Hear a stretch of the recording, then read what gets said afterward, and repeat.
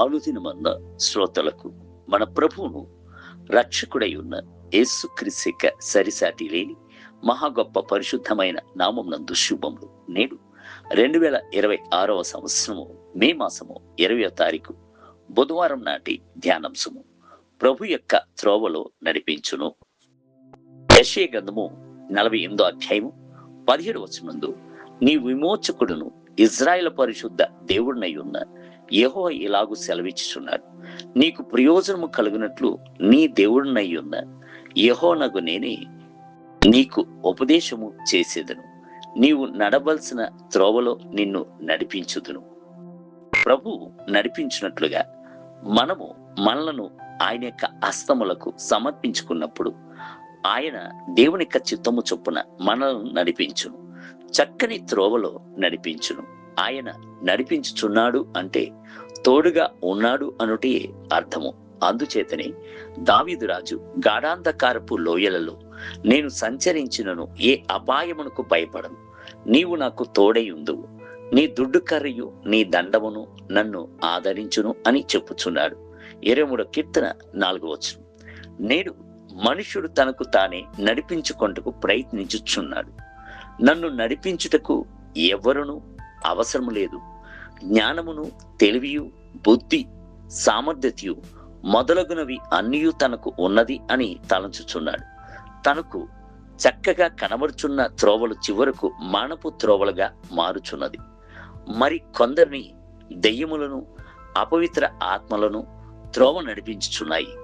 ఇచ్చల ఆత్మలను, వ్యభిచారపు ఆత్మలను, తాగుడు మత్తు ఆత్మలను త్రోవ నడిపించుచున్నాయి.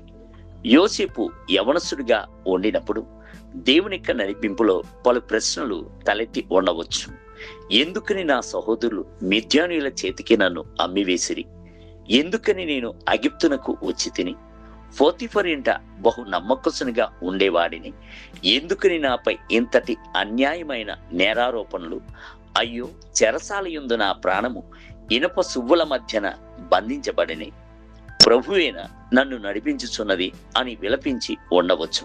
అయితే ఒక దినమున ప్రభు సమస్త కీడులను మారునట్లు చేయనప్పుడు ప్రభువును ప్రేమించు వారికి సమస్తము మేలునకే సమకూడి జరుగుచున్నదని అర్థము చేసుకునేను. ఐగుప్తు దేశమునకు ప్రధానమంత్రిగా హెచ్చింపబడినప్పుడు మహా గొప్ప కరువు కాలమునందును తన కుటుంబ సభ్యులను పోషించుటకు త్రాణి గలవానిగా ఉండునట్లు ప్రభువే తన్ను నడిపించెను అను సంగతిని అర్థము చేసుకొని, అందుచేతనే ప్రేమతో తన సహోదరును చూచి, మీరు కాదు దేవుడే నన్ను ఈ స్థలమునకు పంపెను అని సంతోషముతో చెప్పాను. ఆదికాండం 45వ అధ్యాయం 5 మొదలుకొని 8 వచనం.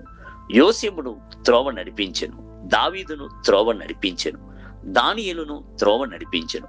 ఒక్కొక్క పరిశుద్ధుణ్ణి త్రోవ నడిపించుచు వచ్చుచున్నాడు. నిశ్చయంగానే మిమ్మల్ని కూడా త్రోవ నడిపించును. కావున ఎక్కడికి వెళ్ళుట, ఎవరి వద్దకు వెళ్ళుట అని మనసునందు కలవరపడకుడి.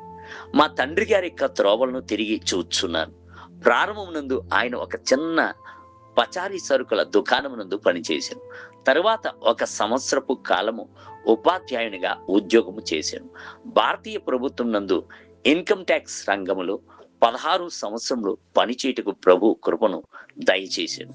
పరిశుద్ధాత్ముడు ఆయన త్రోవ నడిపించి ఆయన యొక్క పరిచర్యందు ఆయనను నిలబెట్టాను.